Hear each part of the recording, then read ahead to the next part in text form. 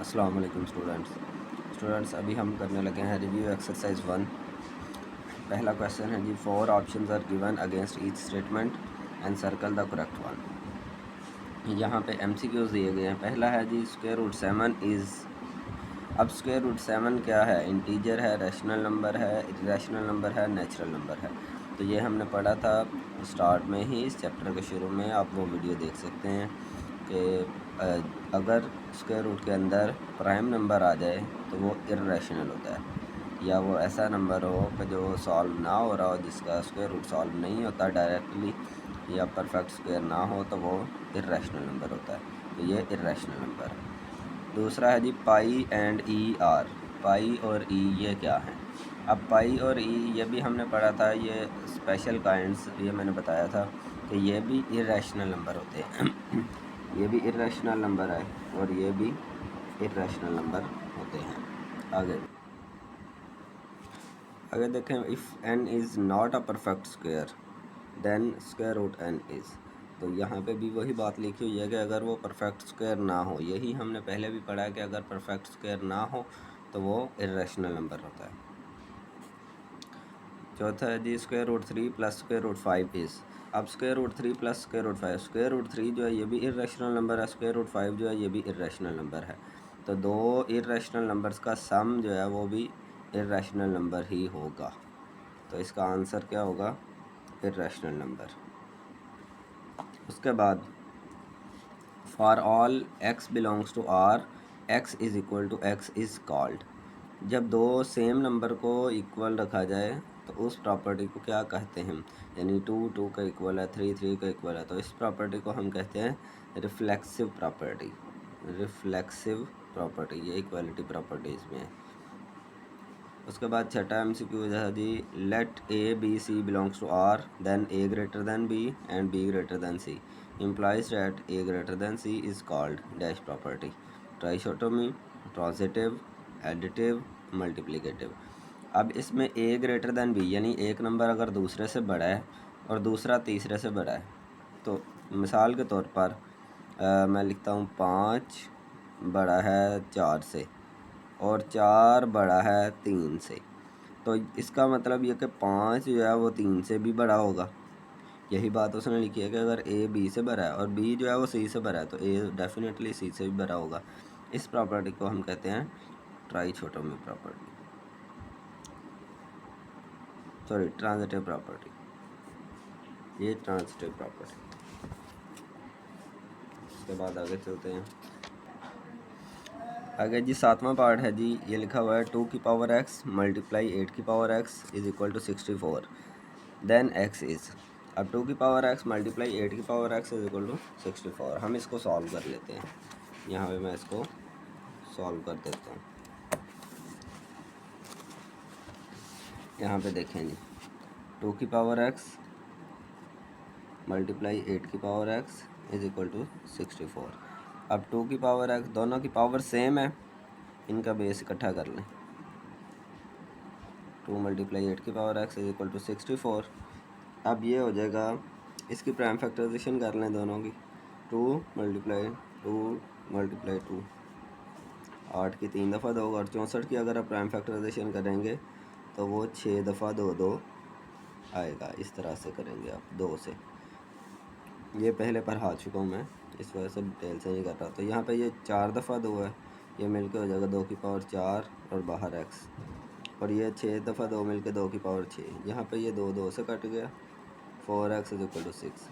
x की value find करनी है तो ये 4 इधर आगे डिवाइड करेगा, 2 2s आर 4, 2 3s आर 6। तो इसका आंसर आ जाएगा 3/2। ये इसका आंसर है 3/2, यहाँ पे ए वाला। उसके बाद 8वां है जी, let A B belongs to R then A is equal to B and B is equal to is called. ये प्रॉपर्टी कहलाती है सिमेट्रिक प्रॉपर्टी। 9वां है जी, square root 75 plus square root 27 is equal to, कि इन दोनों स्क्वायर रूट्स का सम जो है ये किसके इक्वल होता है? इसको मैं सॉल्व करके आपको दिखा देता हूँ। Square root 25 plus square root 27 square root 75 plus square root 27।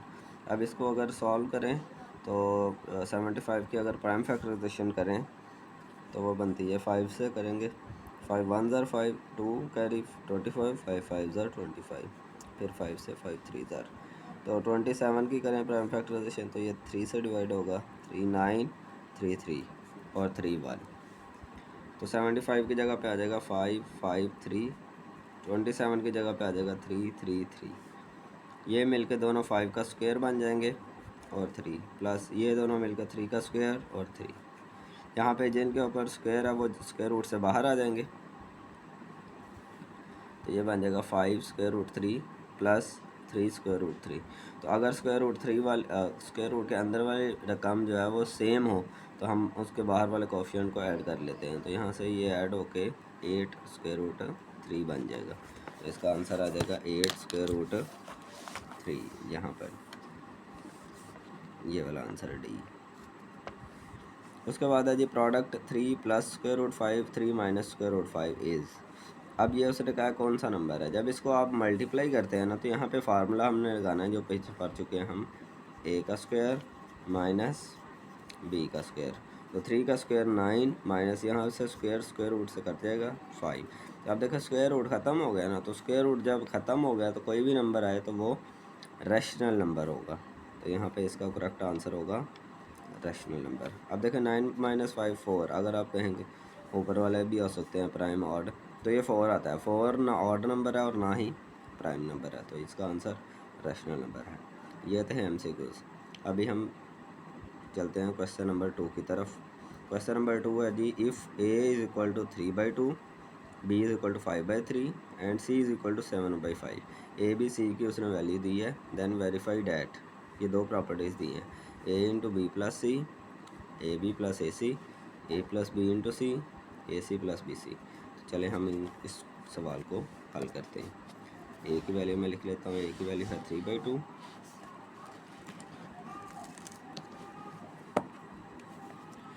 Question number है 2। ए की वैल्यू है जी हमारे पास 3/2, बी की वैल्यू है जी 5/3 और सी की वैल्यू है जी 7/5। हमने वेरीफाई करना है A into B plus C is equal to A B plus A C, और दूसरा है जी A plus B into C is equal to A C plus B C. इसको हमने सॉल्व करना। तो चलें हम सॉल्व करते हैं। इस पहले वाले को हम लेते हैं। इसका आपने लिखना है लेफ़्ट हैंड साइड और दूसरी तरफ आपने लिखना है, तो लेफ़्ट हैंड साइड के नीचे उसकी वैल्यू लिखें बी प्लस सी, और दूसरी तरफ हम ले लेंगे राइट हैंड साइड। ये आ जाएगा A B plus A C equal के साथ। अब इसमें हमने इनकी वैल्यूज़ पुट कर देनी है। ए की जगह पे हम ए की वैल्यू पुट करेंगे 3/2 ब्रैकेट, बी की जगह पे बी की वैल्यू 5/3 प्लस सी की जगह पे सी की वैल्यू 7/5।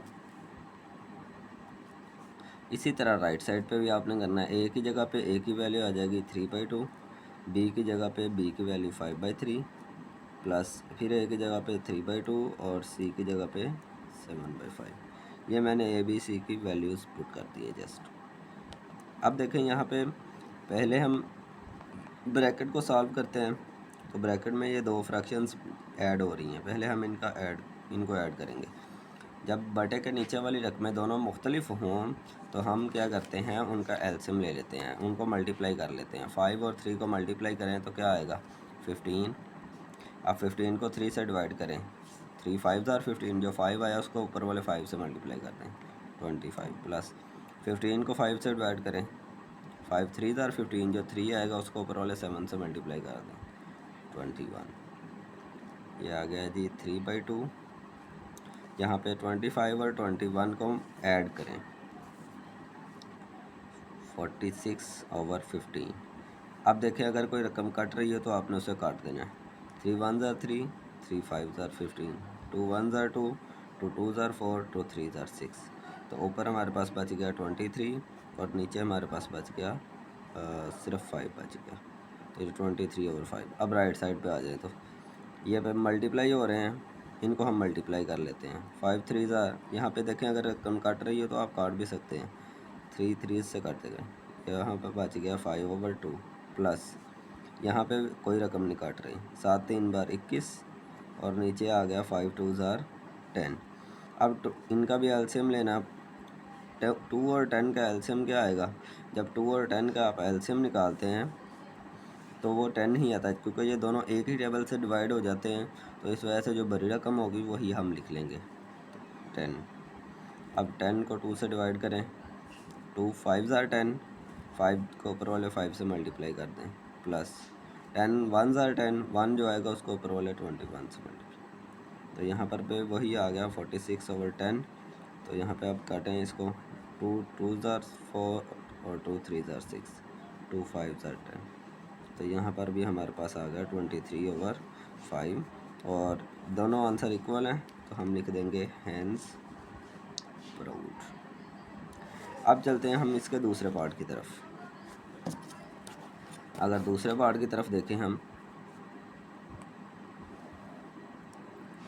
दूसरा पार्ट है जी a+b/c = ac+bc। तो इसमें भी हम पहले ऊपर लिखेंगे LHS a+b/c और फिर राइट साइड,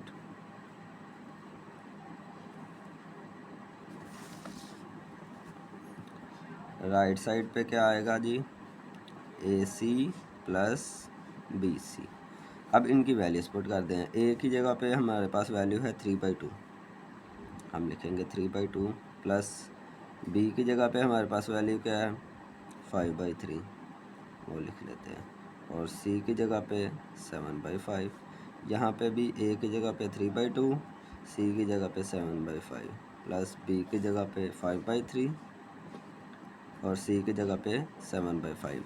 ये हमने वैल्यू पुट कर दी। अब हमने बटे वाली रकम है तो उसका एलसीएम लेना है, क्योंकि हमने ब्रैकेट वाली रकम को पहले सॉल्व करना था, तो हम इनका एलसीएम ले लेते हैं। 2 और 3 जब दो रकमें मुख्तलिफ हों, दोनों एक टेबल से डिवाइड ना हो रही हों, तो हम उनको मल्टीप्लाई कर लेते हैं।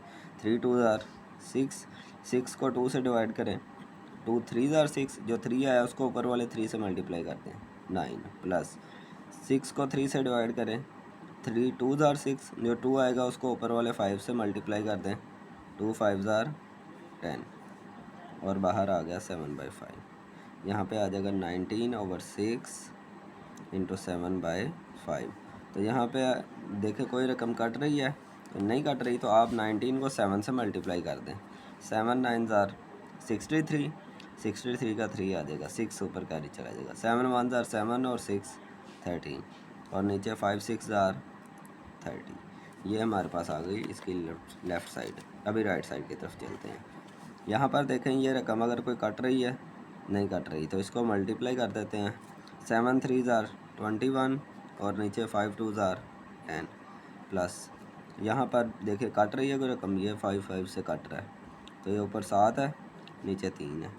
अब देखें यहाँ पर भी दोनों बटे के नीचे वाली दोनों रकमें ऐसी हैं जो एक टेबल से डिवाइड नहीं होती हैं, 10 और 3, इनको मल्टीप्लाई कर लेंगे। 10 3 ज़ार 30। अब 30 को 10 से डिवाइड करें, 10 3 ज़ार 30, जो 3 आया उसको ऊपर वाले 21 से मल्टीप्लाई कर दें, 3 1 ज़ार 3, 3 2 ज़ार 6 प्लस 30 को 3 से डिवाइड करें, 10 को ऊपर वाले 7 से मल्टीप्लाई कर दें, 70, इनको जमा करें तो 133/30। ये हमारे पास दोनों आंसर इक्वल आ गए, तो नीचे हम लिख देते हैं हैंस प्रूव्ड। यही हमने वेरीफाई करना था। उम्मीद करता हूँ इस सवाल की समझ आ गई होगी। बाकी क्वेश्चन अगली वीडियो में। अल्लाह हाफ़िज़।